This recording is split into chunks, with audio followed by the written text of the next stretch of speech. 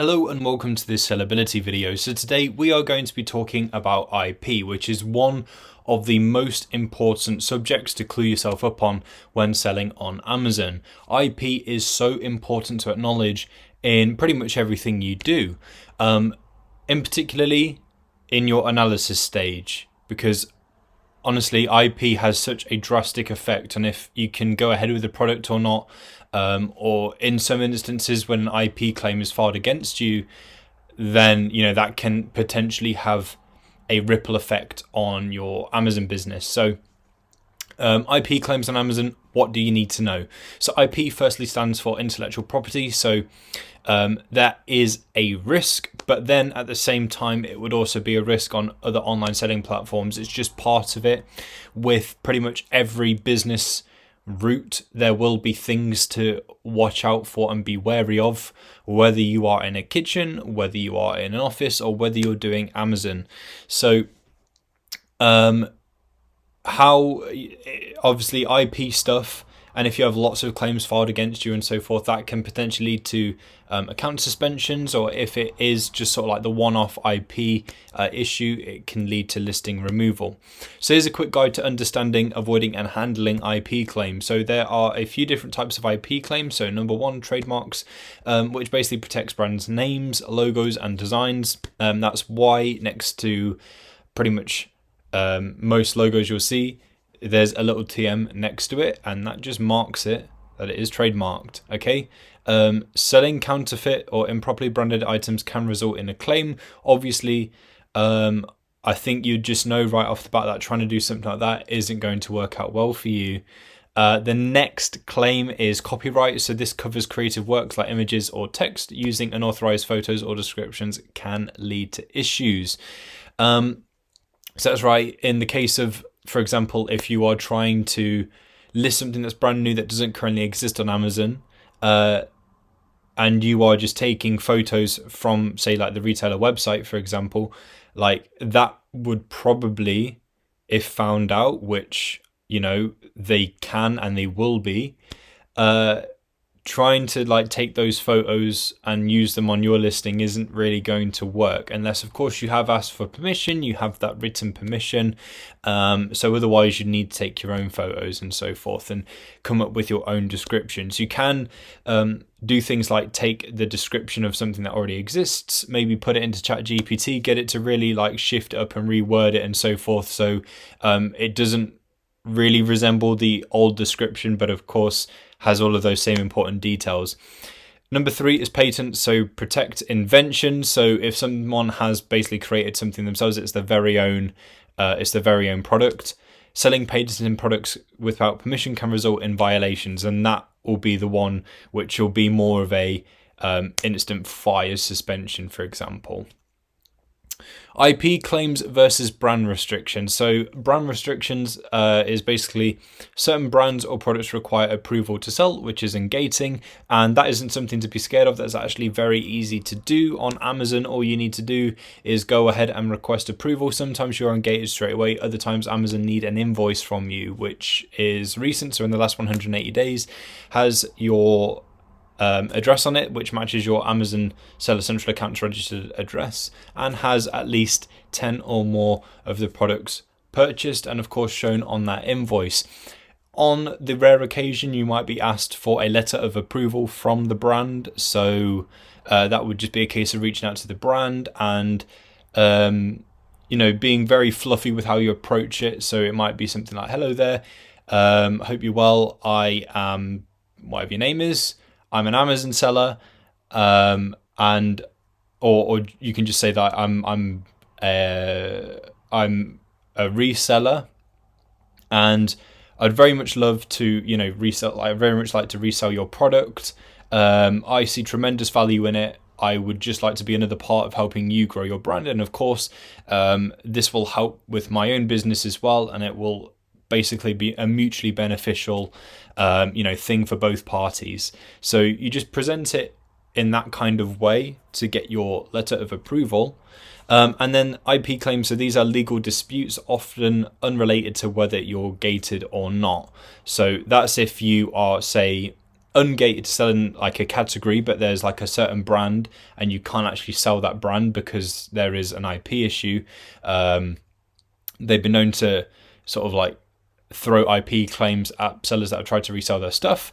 So that's different to the brand restrictions. How to avoid IP claims. So you need to do thorough research before you buy the products.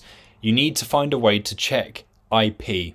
So ensure items don't infringe on trademarks, copyrights, or patents. So my top recommendation for you would be to use Buybot Pro. Now, obviously, within Sellability, you can connect your Buybot Pro account to it, so you can check right there and then on the scan results page by opening up Buybot Pro and just quickly checking if there are any IP issues.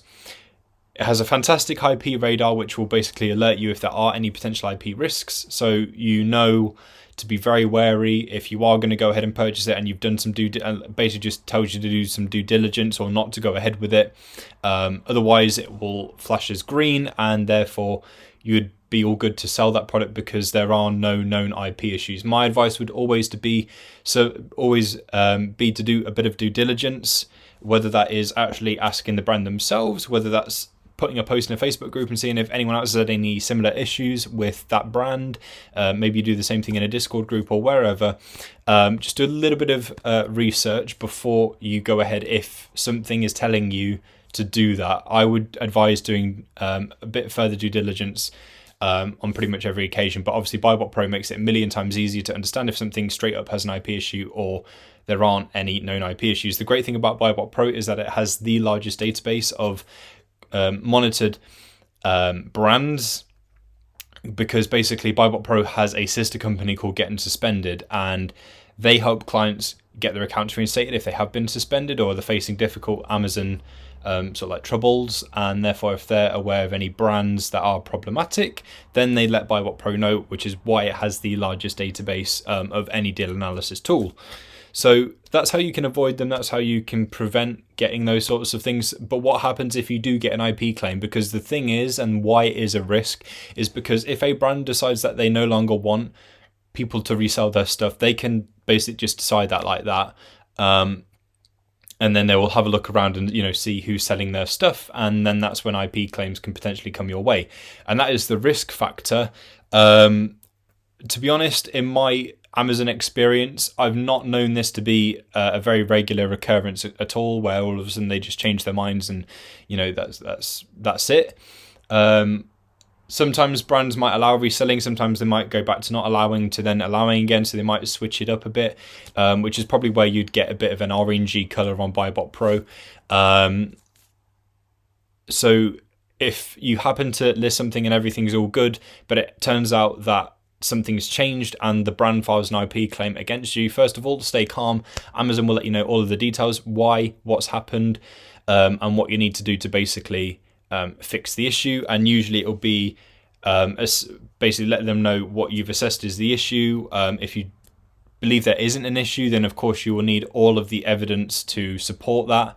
So you can do things like take action to contact the rights owner to resolve the issue, see if there's an understanding that you guys can come to.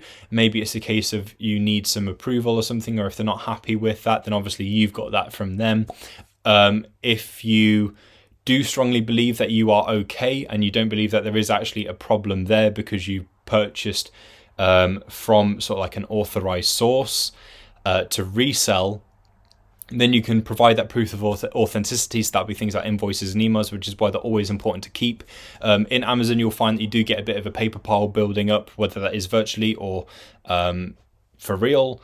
And that's just part of the gig. Make sure to keep all that kind of stuff, because it can all come in really, really useful. And then potentially you might need to remove stock or delete the listing if necessary. So you might have to do a recall, delete the listing, and maybe you can potentially get rid of it on Facebook Marketplace, or maybe do it on eBay, or return it to where you purchased it from and maybe get a refund, obviously if everything is in refundable condition. So my final tips and roundup for this is stay proactive by researching products and using tools like Buybot Pro. Obviously, as I say, you can plug that into your sellability and then you can very quickly check whilst you are running through your scan results. If an IP claim arises, you just need to remain calm and remember to remain professional regardless of what happens. You can vent in your own space, but when you are talking to, say, the brand owner or Amazon, just remember to keep it professional. And you can use ChatGPT to help you with constructing your emails and so forth. Obviously, if you try contacting the brand owner and they don't respond to try and resolve it, you can use that to support your case. So if you send an initial email and then say a follow-up and then maybe even another follow-up after that and you get no response still, you can use that to help you back up your case because it's shown that you've proactively tried to resolve it with the owner. And the reason why I do that is because sometimes it's not always the case of whoever it is that's filed the IP claim. Sometimes they're not always legitimate. Sometimes it won't always work in their favor. With the right approach, you can avoid major disruptions and safeguard your Amazon business. As I say, this is really important stuff to soak up and just add to your Amazon knowledge because, of course, this is what's going to help keep your Amazon business afloat. If everything else is working well and then you have just stacks of IP issues building up, then that won't work very well for you. And of course, as you get multiple, then that can potentially lead to suspension. Could be suspended for a period of time. It could be permanently in the worst case scenario. And obviously you don't want to lose your Amazon business. So please take notes of all this stuff. Feel free to watch this video back again. Hopefully this has helped you understand a bit more about IP and what to do. Thank you for watching.